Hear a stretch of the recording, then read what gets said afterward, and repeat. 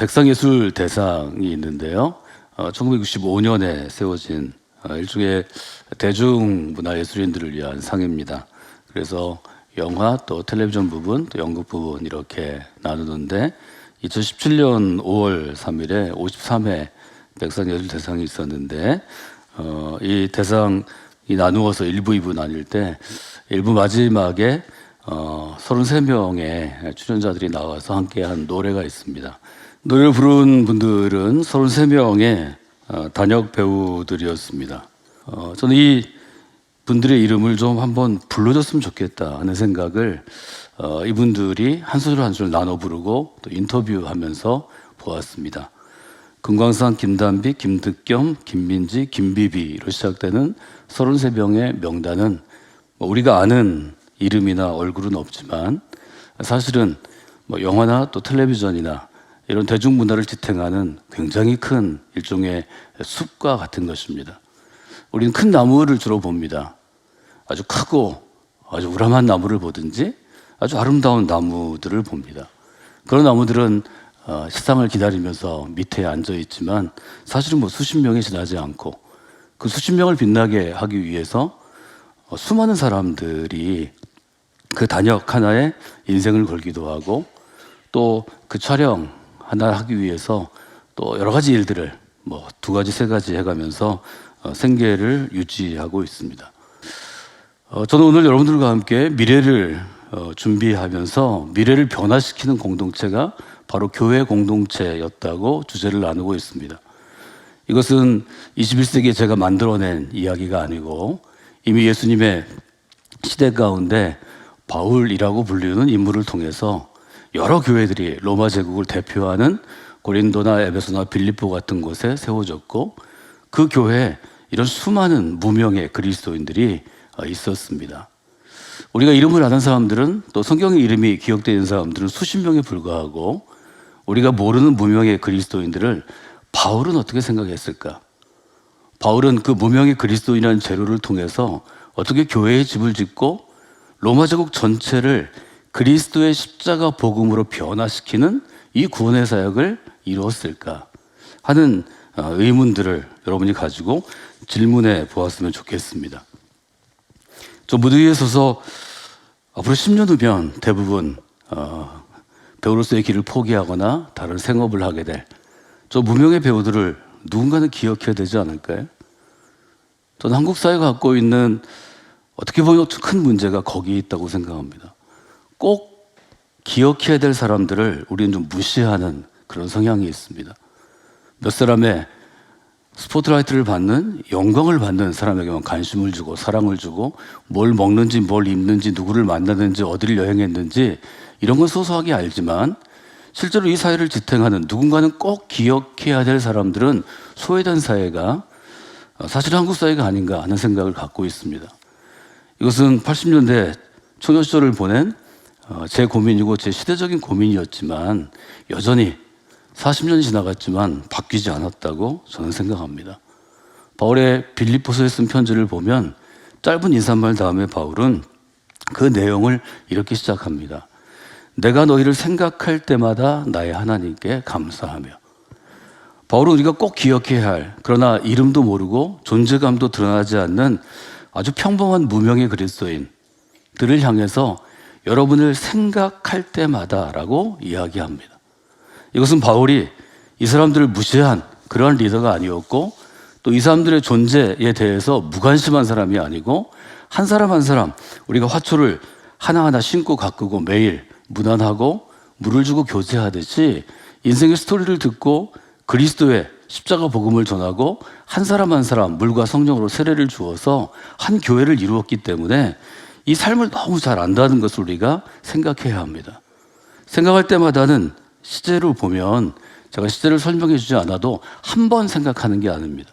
반복적으로 지속적으로 오랫동안 생각하는 것입니다. 필리포 교회에 있는 몇 명이 될지 우리가 알지 못하지만 지금처럼 규모가 크진 않겠지만 그래도 수십 명 되는 그리스도인들을 한 사람 한 사람 생각했고 그 한 사람 한 사람이 다 믿음의 스토리가 있고 한 사람 한 사람에게 자기가 증언할 복음의 증언이 있었기 때문에 바울은 하나님께 감사한다고 표현합니다. 여러분이 생각할 때 그 사람이 있어서 너무 귀하고 그 사람이 있어서 내 인생이 좀 안정되거나 평안하거나 빛나고 그래서 하나님께 감사하는 사람이 몇 사람 계신가요? 생각할 사람이 많은 사람이 행복한 인생을 살아갈 가능성이 많습니다. 생각할 때마다 감사하는 좋은 그리스도인이 옆에 있다면 여러분은 이미 복 있는 인생을 살아가시는 것입니다. 여러분 이 점을 분명히 보셔야 될 것 같습니다.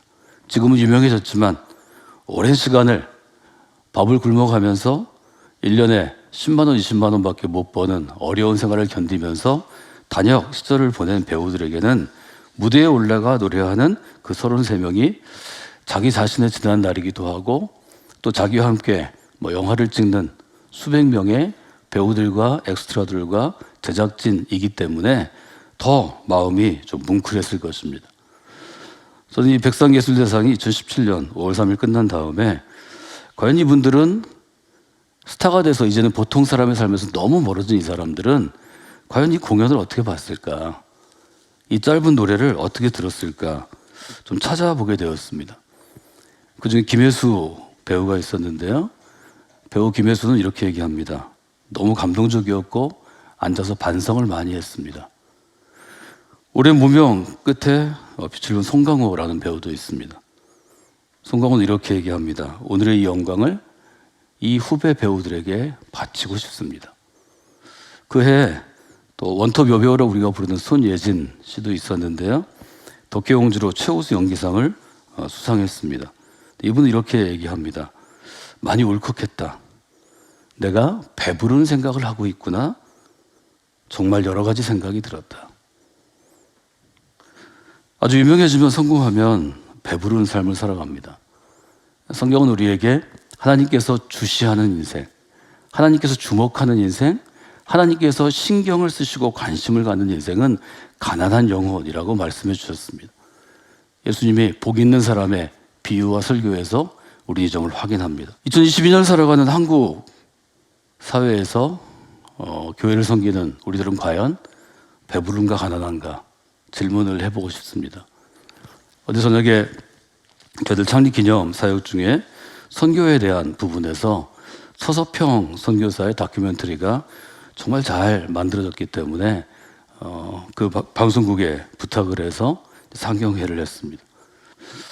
조선의 척박한 땅, 먹을 건 감자밖에 없고 옥수수 강냉이밖에 없는 그곳에 이 어린 청년이 와서 평생을 어렵고 힘든 이들, 특별히 노예처럼 살아가는 여성들을 한 사람 한 사람 보듬어 안고 그리스도인으로 만들고 성경학교를 만들어서 또 교육을 시켜서 결국 한국의 초기 기독교의 여성 리더들을 길러냈던 그분의 아주 분명한 삶을 보면서 그리스도의 삶이 어떤 것인지를 좀 더 분명하고 선명하게 제게 새길 수 있었습니다. 그런 분들이 걸어간 족적 때문에 저는 그리스도인이 되었습니다. 그분들이 걸어간 족적 때문에 저는 교회를 섬기는 목회자로 살아갈 것을 결단할 수 있었습니다. 우리 자녀들에게도 동일한 기회를 줘야 되지 않을까요? 마음이 울리지 않으면 저는 사람이 아니라고 생각합니다. 사람의 마음이 움직이는 아주 딱 그 타이밍과 포인트가 있습니다. 하나님이 그 점을 우리에게 분명히 주셨다고 생각합니다. 생각하기만 한 게 아니라 바울은 그 한 사람 한 사람을 놓고 간구했다고 표현합니다. 4절에 보면 간구할 때마다 너희 무리를 위하여 기쁨으로 항상 간구함은. 우리가 쓰이는 기도라는 단어가 있는데요.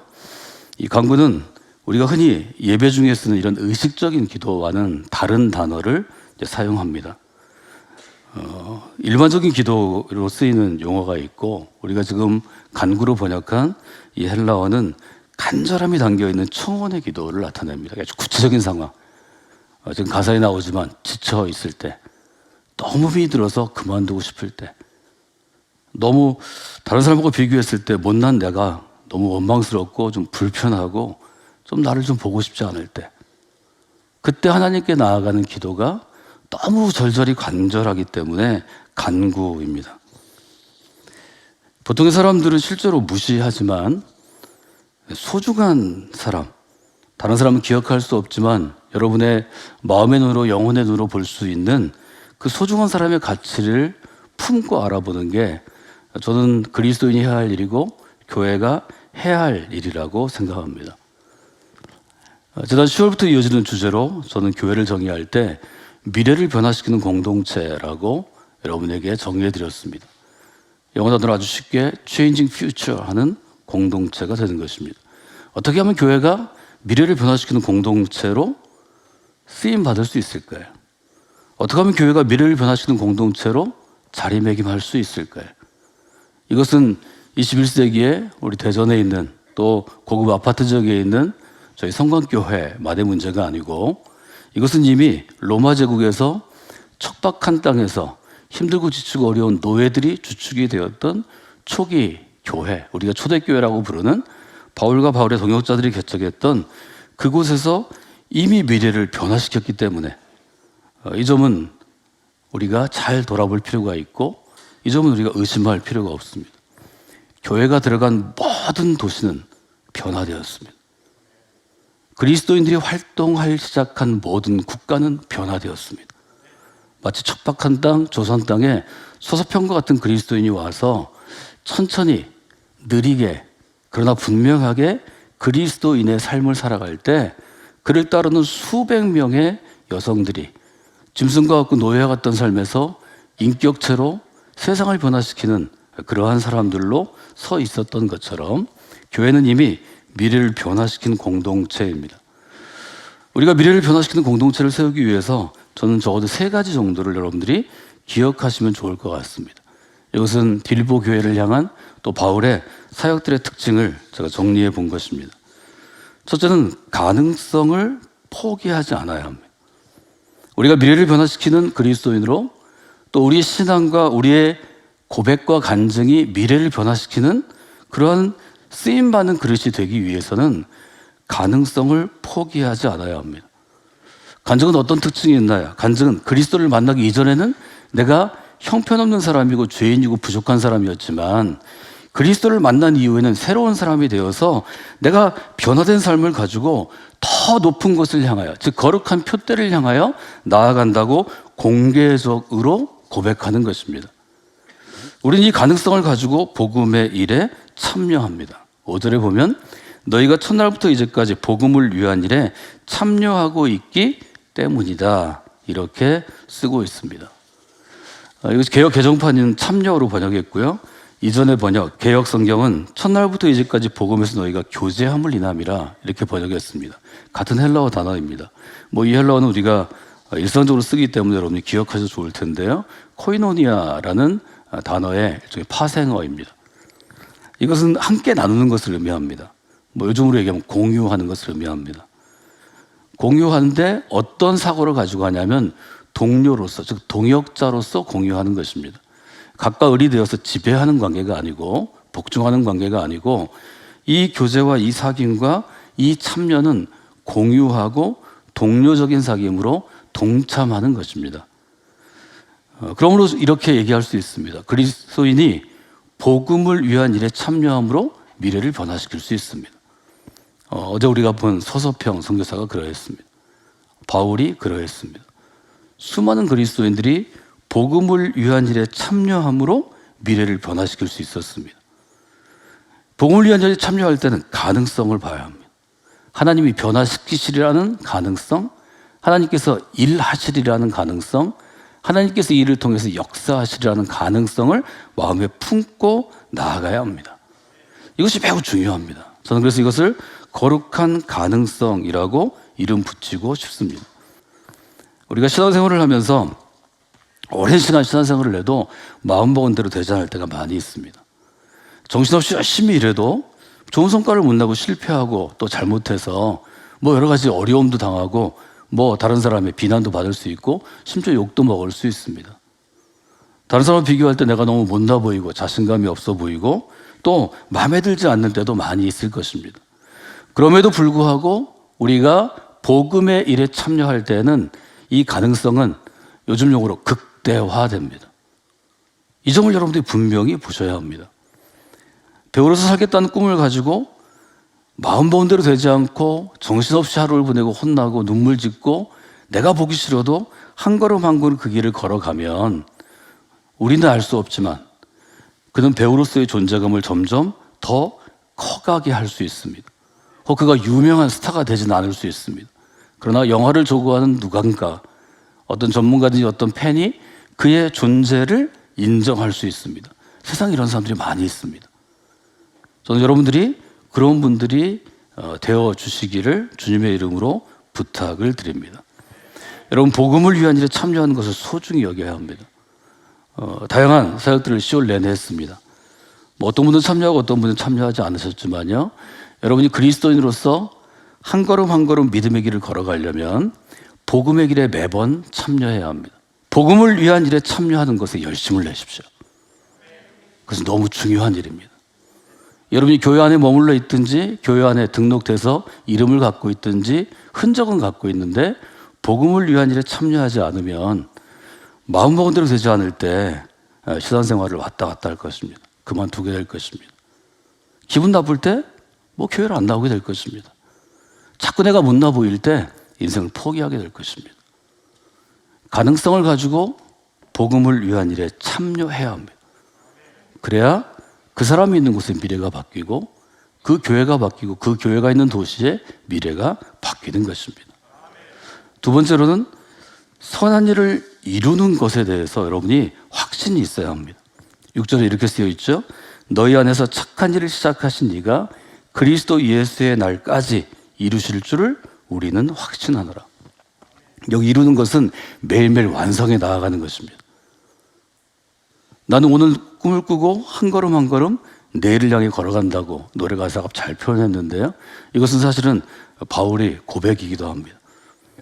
매일매일 한 걸음씩 한 걸음씩 나가면 하나님께서 하나님의 때 하나님의 길로 이것들을 이루시리라는 것입니다. 여기 그리스도 예수의 날이라고 아주 분명하게 시점이 표현되어 있는데요, 이것은 굉장히 상징적인 표현입니다.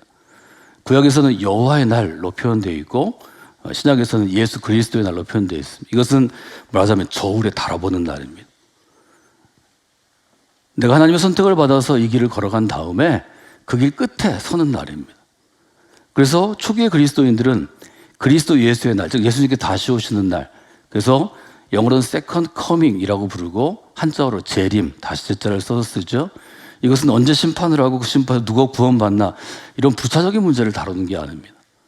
내가 믿음의 길을 걸어가면 이 믿음의 길 끝에서 하나님께서 나를 기다리시고 주님이 나를 맞아주시고 내 믿음의 분량과 내 신앙의 열매를 재본다는 아주 굉장히 상징적인 표현입니다. 그래서 우리는 이것을 종말론적 신앙이라고 부릅니다. 우리 모두에게 이것이 있어야 합니다. 여기서 끝이 아닙니다. 죽어서 좋은 나라 가는 것이 끝이 아닙니다. 하나님께서 예수 그리스도의 그날에 하나님이 시작하신 일을 반드시 완성하실 것을 확신하는 것, 이것이 진짜 믿음입니다. 왜냐하면 우리가 지금 걸어가는 이 믿음의 길은, 교회 공동체는, 이 구원의 사역들은 하나님이 시작하신 일이기 때문입니다. 구약이 우리에게 무엇을 증언하나요? 창세기로부터 출애굽기에 이르는 첫 번째 5권, 토라라고 부르는 모세오경은 하나님이 이 모든 일을 시작하셨다고 분명하게 우리에게 선언합니다. 태초에 하나님께서 이 일을 시작하셨다는 것입니다. 여러분, 교회는 때로는 사람들이 많이 모이고 때로는 적게 모일 것입니다. 교회는 때로는 좋은 일을 많이 하기도 하고 때로는 아무 일도 못하고 무기력증에 빠져 있을 때도 있을 것입니다. 그래서 여러분, 걱정하지 마십시오. 교회를 시작하신 하나님께서 예수 그리스도의 십자가 복음으로 교회를 만드셨기 때문에 여러분이 일을 하든 안 하든, 여러분이 이 땅에 있든 아니면 좀 일찍 돌아가시든 교회는 계속될 것입니다. 그리스도 예수의 그날까지 교회는 완성되어 갑니다. 이것이 우리가 기독교 대한감리회, 감리교회 신앙인들의 표준에서 지금부터 시작해서 하나님의 나라가 이루어지는 그날까지라는 개념입니다. 이 미래에 대한 가능성을 포기하지 않으려면 이 확신이 있어야 합니다. 하나님이 시작하신 이 선한 일을 하나님이 완성하실 것입니다. 이것은 매우 중요한 것입니다. 이것을 인정하지 않으면 하나님이 이 일을 완성하신다고 고백하지 않고 아주 똑똑한 사람의 전략이, 또 유능한 사람들이 교인이 돼야, 유능한 사람들이 그리스도인이 돼야 이 일이 이루어질 것 같은 착각에 빠집니다. 이것은 매우 위험한 발상입니다. 이렇게 하고 그 시대의 교회가 타락하지 않은 적이 없습니다. 교회가 타락했던 때는 그 시대에 가장 똑똑한 사람들이 교회로 몰려들 때입니다. 그 시대에 가장 부유한 사람들이 교회로 몰려들 때입니다. 왜요? 교회에서 성공하는 것이 왕도 되고 황제도 되고 재벌도 될 수 있는 길이 열렸기 때문입니다. 우리는 중세를 그렇게 봅니다. 중세는 교회 역사상 가장 타락하고 어둡고 부패한 시기였다고 우리는 고백합니다. 이 점을 여러분들이 분명히 보실 필요가 있습니다. 세 번째로, 가능성을 포기하지 않고 선한 일을 이루실 것을 확신한 사람은 매일매일 미래를 향해 나아가야 합니다. 이것이 바울의 고백입니다. 노래 후렴구에 이런 가사가 있습니다. 꿈을 꾼다. 잠시 힘겨운 날도 있겠지만 한 걸음 한 걸음 내일을 향해 나는 꿈을 꾼다. 행복한 꿈을 꾼다. 배우가 되는 미래의 꿈에 대해서 고백하는 그런 가사이기도 하고, 또 요즘 청년들 20대와 30대가 겪고 있는 사회에 대한 어떤 좌절이기도 합니다. 힘겨운 날이 있지만 한 걸음 한 걸음 내일을 향해 나아가면 지금보다는 좀 더 좋은 인생으로, 존재감 있는 배우로 바뀔 수 있다는 거죠. 바울은 그렇게 고백했습니다. 내가 이미 얻은 것도 아니고 온전히 이룬 것도 아닙니다. 나는 달려가는 중에 있는데 내가 잡은 줄로 여기지 아니하고 나는 뒤에 있는 것은 완전히 잊어버리고 앞에 있는 것을 잡으려고 표대를 향하여 부름의 상을 향하여 달려가고 있는 중입니다. 이것은 매우 중요한 것입니다. 그리스도의 삶은 매일매일 한 걸음씩 한 걸음씩 하나님께서 우리에게 주신 표대를 향하여 나아가는 삶입니다. 여러분이 미래를 변화시키는 인생으로 쓰임받기 위해서는, 또 성광교회가 미래를 변화시키는 공동체로 쓰임받기 위해서는 전 세 가지를 말씀을 드렸습니다. 첫째는 가능성을 포기하지 말고 복음의 일에 비가 오든 눈이 오든 계속해서 참여해야 합니다. 그리하면 하나님께서 여러분을 만져주시고 교회 공동체를 사용하십니다. 마음먹은 대로 되지 않을 때 우리는 그만둡니다. 정신없는 하루를 보내고 눈물 나도록 정말 실망할 때 우리 그만둡니다. 너무 힘이 들어도 우리는 그만둡니다. 내가 못나 보이거나 마음에 들지 않아서 내 열등감이 아주 지적되거나 자존심 상할 때 우리 그만둡니다. 그러나 여러분, 그리스도인은 복음의 일에 참여하면서 가능성을 포기하지 말아야 합니다. 내가 별 도움되지 않지만, 내가 지금 별로 기분이 좋지 않지만, 내가 지금 별 할 상황이 아니지만 복음의 일에 참여하면 하나님께서는 그 복음의 일에 참여한 사람들의 마음과 영혼을 보시고 일하시기 때문입니다. 이것은 매우 중요한 일입니다. 여러분, 아주 고귀한 것은 하루아침에 쉽게 이루어지지 않습니다. 우리가 추구하는 것은 거룩함과 영원함입니다.